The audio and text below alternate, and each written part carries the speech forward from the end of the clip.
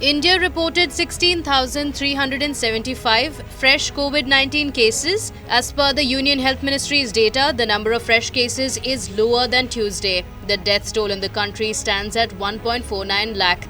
Meanwhile, the larger states such as Karnataka, Andhra Pradesh and Maharashtra continue to report a high number of COVID-19 cases. After yet another failed talk between Centre and Farmers Union, the protesting farmers postponed their tractor rally to January 7th.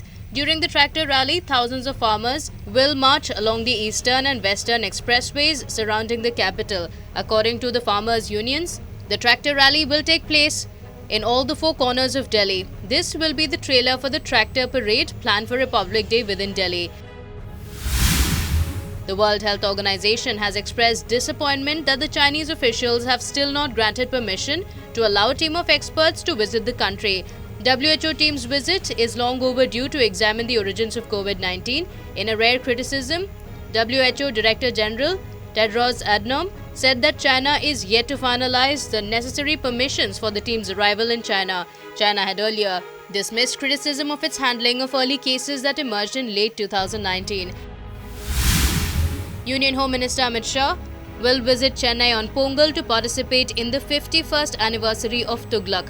Tughlaq is a political magazine spearheaded by RSS ideologue S. Gurumurthy.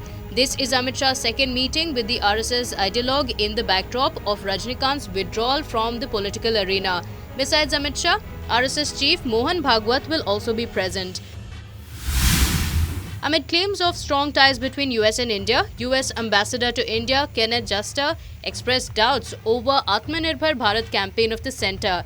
Kenneth Juster said India's self-reliance program could limit India's capacity to truly integrate into global value chains and in the process raise prices for Indian consumers.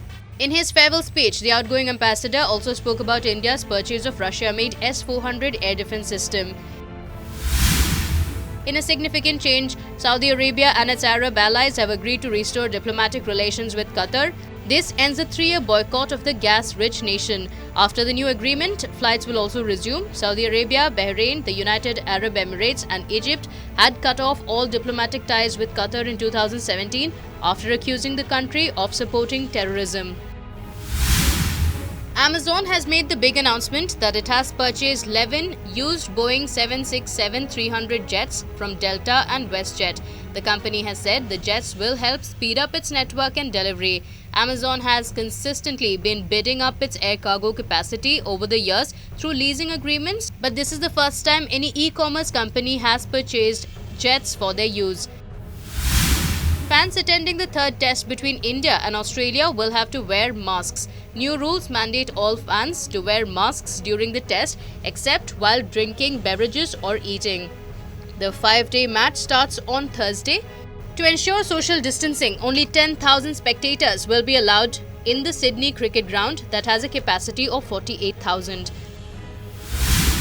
According to several entertainment portals, socialite and reality TV star Kim Kardashian is going to divorce American rapper and husband Kanye West. According to sources, the couple wishes to divorce each other in a low-key manner.